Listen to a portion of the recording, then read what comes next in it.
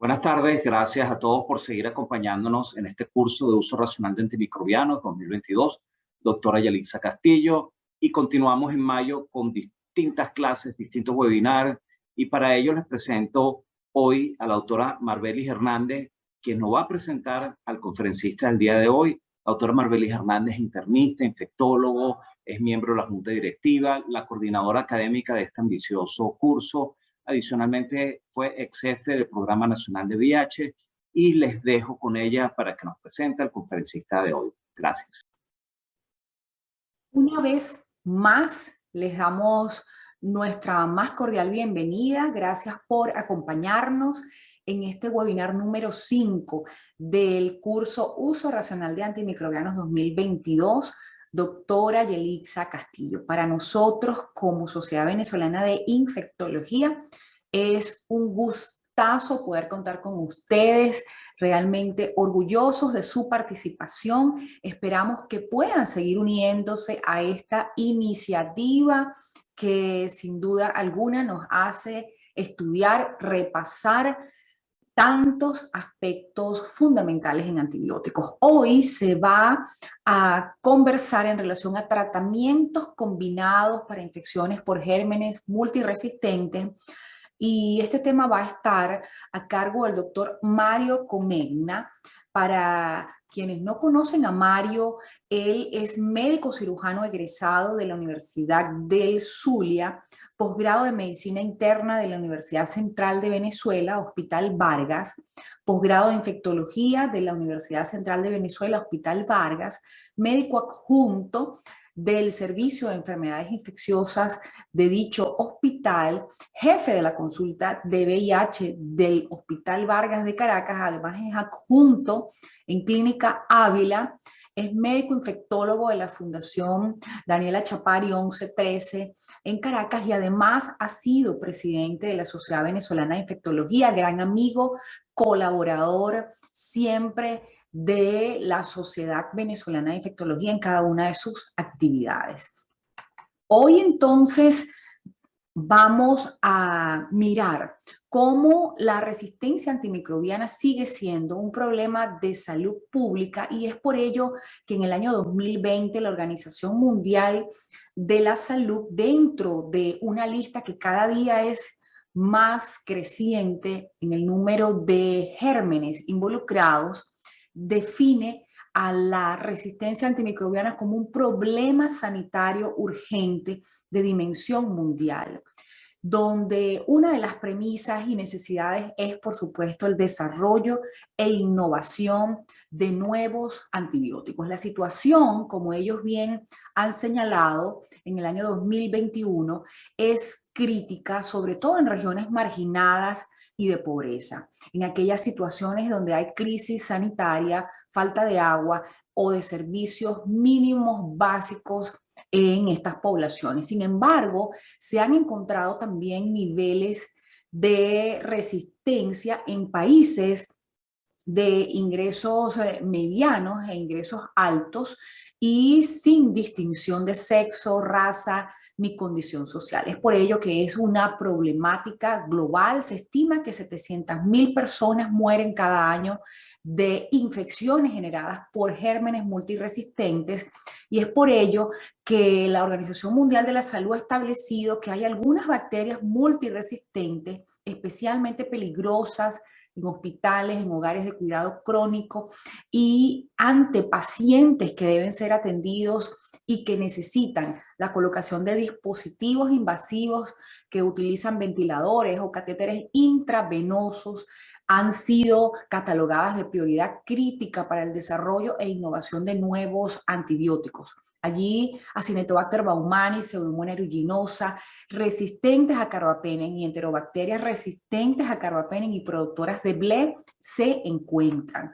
Y también algunas otras con prioridad elevada y media, donde la farmacoresistencia a estas bacterias va en ascenso y están relacionadas muchas veces a enfermedades que son adquiridas en la comunidad. Una lista creciente de estas y, por supuesto, con un número de moléculas de antibióticos que ha disminuido drásticamente y, como se mencionaba en el webinar pasado, muchas veces la solución es utilizar una molécula antigua y discutir desde el punto de vista médico proponiéndola como alternativa.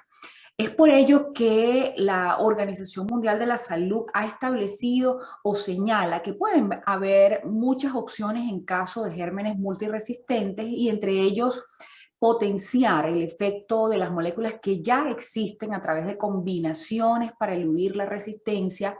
Y eso es de lo que se va a hablar esta tarde, pero pueden haber otras opciones como neutralizar ese agente infeccioso o sus productos utilizando anticuerpos o de otras maneras como utilizando mecanismos de señalización del patógeno e inhibiendo la producción de sus factores de virulencia o incrementando esa interacción con la microbiota del paciente con utilización de probióticos o de trasplante fecal y modular de esa manera la respuesta inmune innata y la respuesta ante ese proceso infeccioso, incluso mediante terapia de fagos también pudiera ser una opción. Es por eso que no tengo dudas de que este webinar será sumamente interesante, productivo para cada uno de nosotros y esperamos que pueda cumplir las expectativas de cada uno de ustedes. Estamos, como siempre,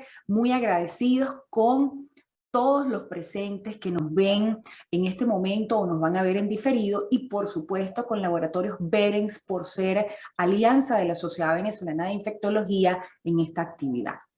Bienvenido, Mario.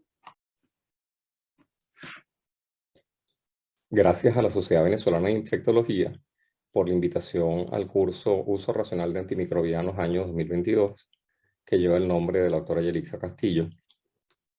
Querida, respetada, recordada, una pérdida importante, evidentemente, para sus amigos, su familia, para la Sociedad Venezolana de Infectología, para el Estado de Carabobo y para Venezuela.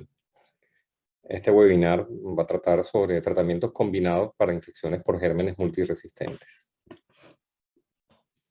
La agenda que vamos a seguir, vamos a hablar un poquitico de generalidades entre monoterapia versus terapias combinadas. Ya este tema se tocó en clases anteriores. Sin embargo, vamos a reforzar y a recordar un poco algunos conceptos y definiciones. ¿Cuál ha sido el impacto de la resistencia bacteriana en el mundo?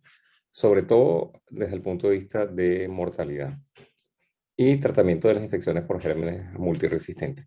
Vamos a utilizar el segundo punto del impacto un poco para dirigir cuál va a ser el esquema para hablar del tratamiento que se debería seguir para tratar este tipo de infección. El primer término que quisiera definir, o el concepto del que quisiéramos hablar, es cuando se combinan dos o más antibióticos in vitro. Tenemos tres posibilidades. Uno, que no existe ninguna diferenciación. El otro es que se produzca lo que llamamos nosotros sinergia, y el otro o es que exista un antagonismo. Y eso se mide a través de lo que se llama un índice de concentración inhibitoria fraccional. Esto simplemente es que se somete a las bacterias y se ve su actividad tanto cuando están combinadas como cuando están por separadas o individualmente. Y cuando se comparan, si vemos que ese efecto es mayor cuando están combinadas, pues evidentemente hay un sinergismo cuando se combinan en las terapias. Y si vemos que la actividad cuando están combinadas es menor que la actividad individual, pues evidentemente es antagónico. Existen formas de tratamientos o terapias combinadas con antibióticos que son clásicas, por llamarlos de alguna manera, que están evidentemente aceptadas y se debe hacer. Y estas situaciones, ¿cuáles son estas situaciones en las que está permitido? Evidentemente en pacientes críticos, donde tenemos que ofrecerles una terapia empírica, y en estos pacientes críticos, sobre todo en los pacientes neutropénicos febriles, donde les tenemos que brindar, digamos, una combinación de antibióticos de amplio espectro. En situaciones críticas, pacientes que estén sépticos, sobre todo infecciones intrahospitalarias, donde tenemos la sospecha de estar en presencia de gérmenes multiresistentes, o simplemente cuadros de infecciones severas, donde el paciente está muy crítico y no tenemos claro cuál es el origen de la infección. Otra situación en la que nosotros podemos utilizar varios tipos de antibióticos son las infecciones polimicrobianas. Los ejemplos más clásicos son las infecciones intraabdominales, como pueden ser abscesos o peritonitis, pie diabético, infecciones pélvicas, etc. Ahora bien, también la combinación de antibióticos se ha utilizado para evitar que cierto grupo de bacterias generen mecanismos de resistencia digamos, por lo que la consecuencia que va a generar es la dificultad para poder tratarlas incluso a futuro. El ejemplo más importante es el tratamiento para la tuberculosis, donde se utilizan más de 4 drogas, y es porque simplemente las bacterias generan muchos mecanismos de resistencia y se dificulta mucho su tratamiento, y son tratamientos prolongados. Otro ejemplo clásico y muy frecuente es la combinación de medicamentos de terapias antirretrovirales en el caso del tratamiento del VIH-Sida. Un poco hablando o siguiendo con el tema de la prevención y la aparición de mecanismos resistentes, vemos donde otras situaciones donde está perfectamente aceptado la combinación de antibióticos es en el caso de la endocarditis bacteriana, donde se buscan combinaciones que pueden ser sinérgicas, como es el caso de endocarditis por Staphylococcus aureus, en donde podemos combinar una penicilina antiestafilocóxica más una aminoglicósido más rifampicina. Rifampicina es uno de los antibióticos que se utiliza mucho en combinación, pero hay que tener cuidado que nunca se puede utilizar en monoterapia, aunque nosotros no disponemos con mucha facilidad de este medicamento, pero nunca como monoterapia porque no funciona, la probabilidad de falla es muy alta. Siempre es un medicamento que tiene que ir acompañado de otros, y la razón es porque este medicamento tiene una muy buena actividad sobre lo que son las películas que generan las bacterias. Por lo tanto, las destruye y eso facilita o produce una sinergia para poder tratarlas. Otro de los ejemplos donde se utilizan estas combinaciones de antibióticos y que están perfectamente aceptadas y donde hay mucha experiencia, que los resultados a veces son un poco controversiales, es en el caso de Staphylococcus aureus, la combinación de daptomicina con otros antibióticos antiestafilocóxicos, o en el caso de las enterobacterias con la utilización de la coristina. Cuando hablamos de sinergia con cocos gram positivos, seguimos hablando un poco de la endocarditis, la combinación de beta-lactámicos más aminoglicósidos, son tan efectivos como dijimos con enterococos, como incluso Streptococcus viridans.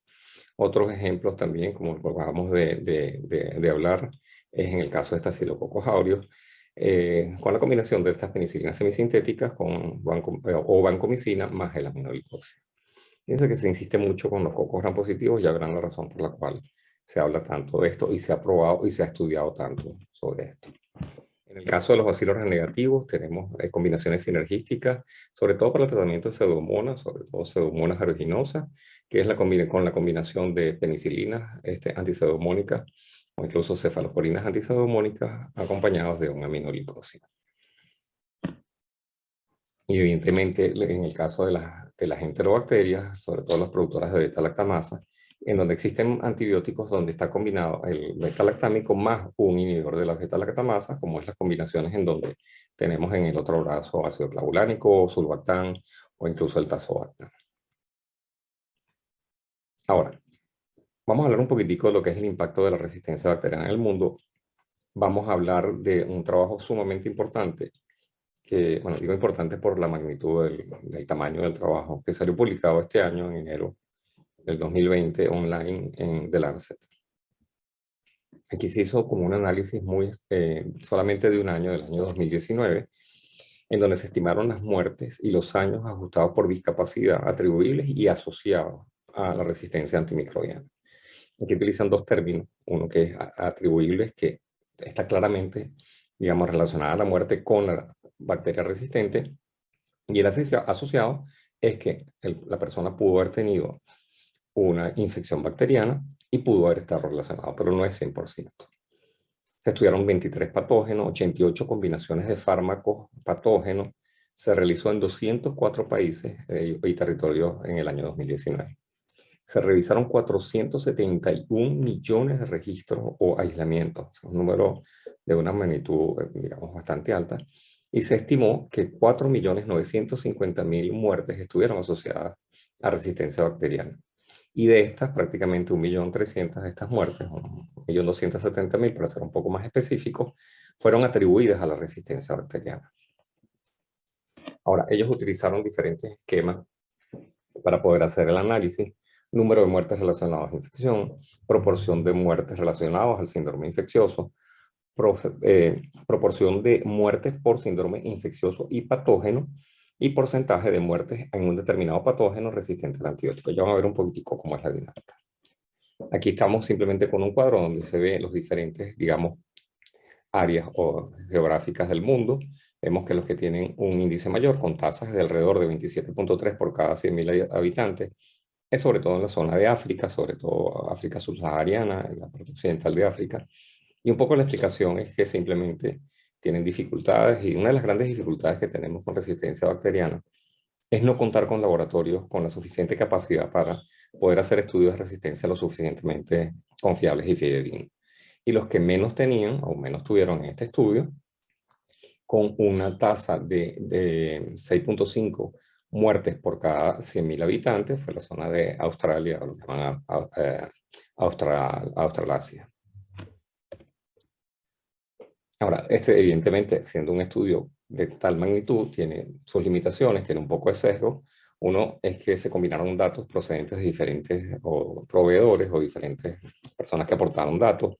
Hubo dificultad, como siempre, y eso sucede también aquí en Venezuela, cuando uno, en algún momento, yo también estuve con la gente de Provenra, poder identificar cuáles de estas bacterias son de origen intrahospitalario o son de la comunidad. Siempre ese dato es difícil de recogerlo. Y bueno, y en este estudio evidentemente pasó lo mismo. Eso sobre todo se evidenció en lo que es diferenciarlo en la parte de infecciones respiratorias e infecciones del tracto urinario.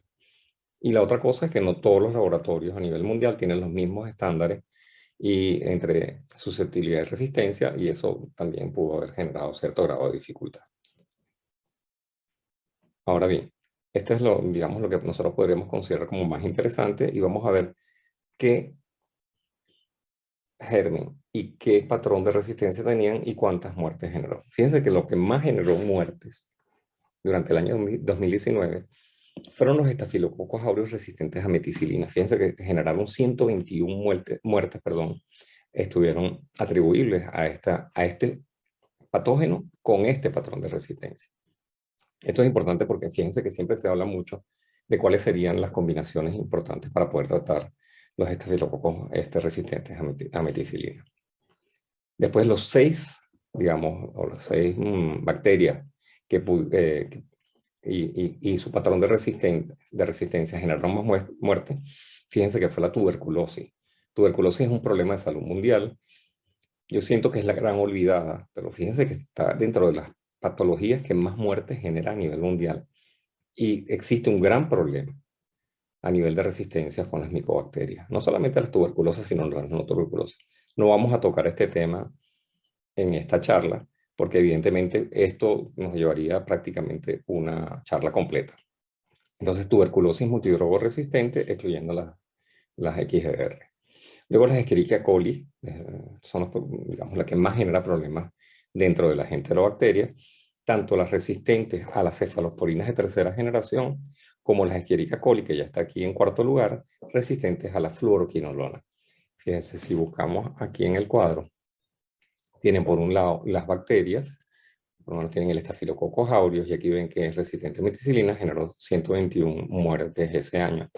Fíjense que los colores varían dependiendo del número de muertes que generó. En el caso de Escherichia coli, tenemos que las que tenían resistencia a las cefalosporinas de tercera generación, casi 56.000 muertes, y las que tienen resistencia a la fluoroquinolona, 56.000 muertes. Si ven la sumatoria, 259.000 muertes por cualquiera de los que tuvieran más de 2 mecanismos de resistencia. O sea que la cantidad de muertes generadas por esta bacteria y por las resistencias es bastante alta.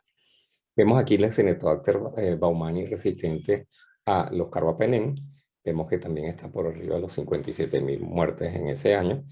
Y la otra gran protagonista dentro de que genera problemas, la Klebsiella pneumoniae, resistente a los carbapenem y resistente igualmente a las cefaloporinas de tercera generación. Aquí tienen Klebsiella pneumoniae y sus patrones de resistencia. Fíjense que más o menos el comportamiento, un poco más, un poco menos, es muy similar a lo que nosotros observamos en nuestro país. Nosotros aquí, gracias a Dios, tenemos este programa de vigilancia. Y fíjense que el comportamiento de Venezuela es muy similar al comportamiento del resto del mundo. Y después cuando vemos los otros grupos que tenían menos producción de muerte, las combinaciones que tenían o de bacterias que tenían algún tipo de mecanismos de resistencia, vemos que de 4 de estas 10 combinaciones incluían resistencia a la fluoroquinolona, resistencia a los carbapenem y 2 tenían resistencia al trimethoprimsulfametoxazol. Ahora, si seguimos un poco el orden de lo que tenemos, vamos a refrescar un poco lo que acabamos de hablar. Estafilococos aureus resistentes a meticilina, o cocos gram positivos, y dentro de estos el grupo de estafilococos aureus. De las enterobacterias, evidentemente Escherichia coli es la más, digamos, la que más muertes o la que más impacto genera. Le sigue evidentemente Klebsiella pneumoniae. Después de las otras, de los no fermentadores, tenemos a las pseudomonas aeruginosa e incluso Acinetobacter baumannii, que es el otro gran productor de enfermedad. Y como les dijimos, tuberculosis, que bueno, que no vamos a ahondar nada en esta charla. Esto es un trabajo que se publicó el 10 de octubre de 2021, donde se ve cuál fue el impacto de la terapia combinada sobre Staphylococcus aureus. Esto fue una revisión, un metaanálisis, una revisión sistemática. Se lograron identificar 1.906 artículos, se incluyeron 14 estudios con 2.367 pacientes. No hubo diferencias significativas en el riesgo de mortalidad por todas las causas entre los dos grupos. Ahí compararon los grupos de Staphylococcus aureus tratados con monoterapia o con biterapia. Lo que sí se logró ver en este estudio es que había, o hubo, mejor dicho, un aumento en riesgo o aumento en los efectos adversos, sobre todo nefrotoxicidad. Recuerden que lo que vimos al principio, dentro de las combinaciones, siempre incluían a un aminoglicósido entre esas combinaciones, y eso evidentemente tuvo un impacto negativo desde el punto de vista digamos, de lo que puede hacer el éxito del tratamiento de la infección. Otro estudio que también salió del año 2021, del 16 de mayo, donde habla de los paradigmas actuales de las terapias combinadas de las bacteriemias por Staphylococcus aureus resistentes a la meticilina. Funciona, cuál combinación y para cuáles pacientes. Este estudio o este metaanálisis no llega a una conclusión clara.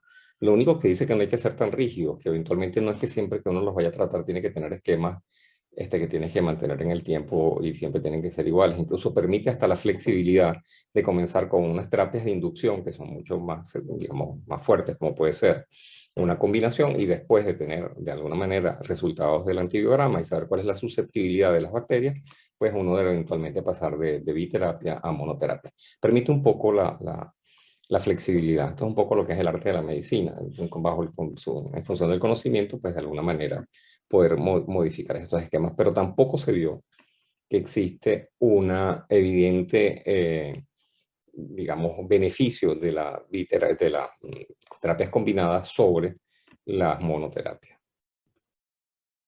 En algunas de las situaciones, específicamente en Staphylococcus aureus, por si acaso.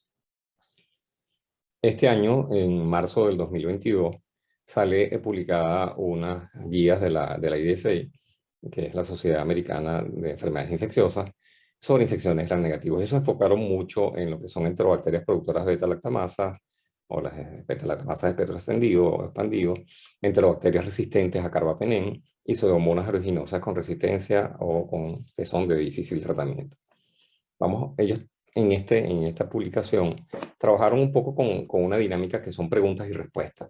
Yo agarré un poquitico las que pudieran ser un poco más relevantes. Es un estudio bastante extenso. Está interesante porque incluso ponen cada uno de los antibióticos, las dosis que se deben utilizar, Recuerden que podemos utilizar en casos de resistencia las dosis topes de los antibióticos y eso hace que aun cuando el antimicrobiano no tenga sensibilidad, puede inhibir el crecimiento, puede tener un efecto de inhibición de crecimiento que pudiera ser beneficioso, al igual que los tiempos de inducción o digamos, la lentitud en la infusión de estos antimicrobianos, que se ha demostrado también que tiene un efecto positivo para el tratamiento de este tipo de infecciones de bacterias multiresistentes. Vamos a hablar un poco de lo que es terapia empírica. Uno cuando va a escoger o cuando está frente a un paciente que está severamente enfermo, pues evidentemente tiene que tomar la decisión de diseñar un esquema de antibióticos y eso se tiene que hacer bajo diferentes premisas. Uno, saber cuáles son los patógenos más probables que esté generando la enfermedad, dependiendo de cuál es el origen de la infección, si podemos tener claro cuál es el origen, cuál es la gravedad de la enfermedad, eso va a hacer qué tan agresivos podemos ser también nosotros en cuanto a la escogencia del esquema y evidentemente de dónde viene la infección, si tenemos la sospecha de dónde viene. Y también se tiene que tomar en cuenta varios factores. Uno, cuál es la susceptibilidad de las bacterias que han sido identificadas en esta persona en los últimos 6 meses, si es que lo tiene, cuáles han sido los antibióticos que esta persona ha utilizado en los últimos 30 días, si esa información también se tiene, y por último, cuáles son los patógenos de susceptibilidad local. Eso es fundamental, porque evidentemente los patrones no son iguales. Ustedes verán aquí por lo menos que dentro de las opciones que les pueden ofrecer, muchas de estas para nosotros no son válidas. Muchas de las guías internacionales para Venezuela no son válidas. Por eso es que es tan importante que nosotros conozcamos cuál es la ecología de nuestras bacterias, cuáles son los patrones de resistencia, cuáles son las que más producen, digamos, problemas.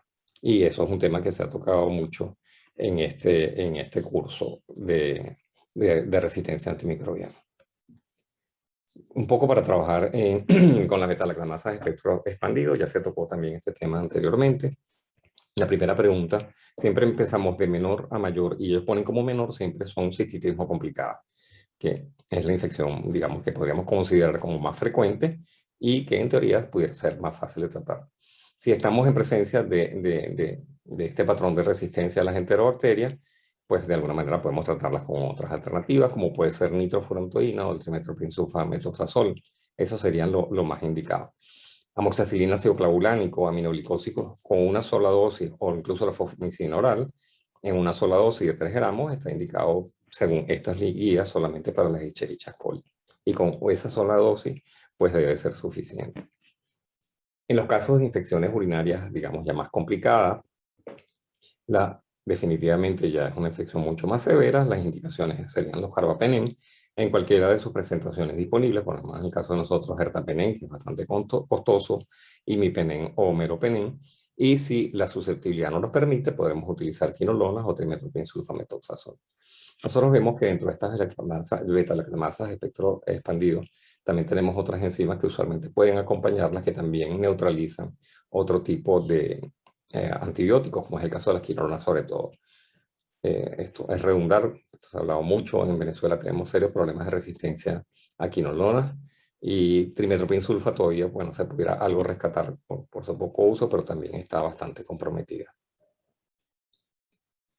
En el caso ya de infecciones que están fuera del tracto urinario, o sea, en cualquier otro órgano y sistema, siempre igualmente se tiene que preferir los carbapenémicos. Hace poco salió en el New England de esta semana pasada, que están probando ya un carbapenem por vía oral, que sea 3 veces al día, y aparentemente no fue inferior cuando se comparó con ertapenem.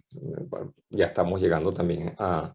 Desgraciadamente no hay nuevas formas o nuevos antibióticos en cuanto a su, digamos, el mecanismo de acción, pero sí tenemos nuevos antibióticos o combinaciones de nuevos antibióticos que se están diseñando para poder facilitar un poco el tratamiento de estas enfermedades multiresistentes. La otra cosa, bueno, si ya una vez nosotros tenemos la identificación, podemos pasar incluso a fluoroquinolonas por vía oral o trimethoprim-sulfa también. Por eso es que siempre hay que insistir, y perdonen que sea tan reiterativo, tener disponibles los cultivos de los antibiogramas en este caso. En el caso de las infecciones o la cistitis no complicadas, realmente no necesitamos, con el tratamiento empírico debe ser suficiente, no hace falta necesariamente hacer un cultivo, sobre todo si son mujeres jóvenes y sexualmente activas. Vámonos a las enterobacterias resistentes a carbapenem. Eso es otro problema que estamos observando, la producción de carbapenemasa, tema también tratado en este curso, y cuáles serían las opciones de tratamiento. Si nos vamos de menor a mayor, como cistitis no complicada, vemos que la fluoroquinolonas, trimethoprim-sulfa, nitrofurantoína o una dosis única de aminoglicósidos podría ser suficiente. Un dato que sale en esta guía que es interesante es que podemos tener también diferencias en digamos, los patrones de resistencia entre ertapenem y meropenem. Si tenemos resistencia a ertapenem, podemos utilizar el meropenem, evidentemente digamos, esas infusiones un poco más lentas, de 3 horas o más, y eso funciona. E incluso si tenemos tienen mix muy altos y no tenemos la posibilidad de tener, esto ya es un tema más de laboratorio, no es mi área, podemos incluso saber si son, sin tener el resultado definitivo, si son o no productoras de beta-lactamasa. Si no tenemos opciones, digamos, evidentemente ninguna de las que les voy a nombrar las tenemos en Venezuela y si las conseguimos son muy costosas, y tenemos resistencia a tanto meropenem como ertapenem, tenemos dentro de las opciones la ceftazidima vibartán, meropenem, valoraptan, imipenem, cilastatina, relebactam o el cefidrocol. Estas son alternativas que no son fáciles de conseguir, por lo menos se podría conseguir ceftazidima vibartán, pero con muchísima dificultad y a un muy altísimo costo. En la segunda digamos, de los escenarios de las enterobacterias resistentes a carbapenémicos, tenemos infecciones urinarias complicadas. Prácticamente es el mismo esquema. No tenemos ninguna otra, evidentemente, los tiempos de tratamiento son mayores. Podemos utilizar cipro, levo o trimethoprim-sulfa, meropenem en infusiones prolongadas como los habíamos hablado, un poco ver cuáles son los mix, que eso nos va a ayudar, cuáles son las concentraciones inhibitorias mínimas, tanto de meropenem como ertapenem, y los otros nuevos combinaciones de antibióticos, como es ceftazidima vibartán, meropenem, valoraptan, perdón, imipenem, cilastatina, y el cefidrocol. El otro de los escenarios que pudiéramos estar presentes es en infecciones que estén fuera del tracto urinario y que, bueno, que son enterobacterias productoras de carbapenemasa.